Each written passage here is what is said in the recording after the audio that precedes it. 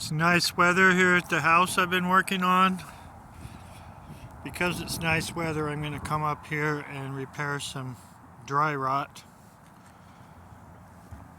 under the eaves on this back porch. It's pretty bad. I'm going to cut with a saw that orange line all the way down, that chalk line, and put in new plywood, and then if any of the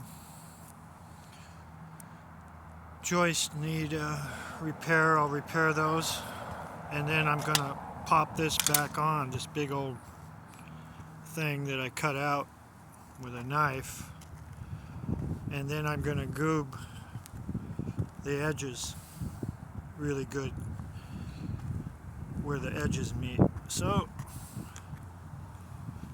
that's what I'm gonna do. Thanks for watching.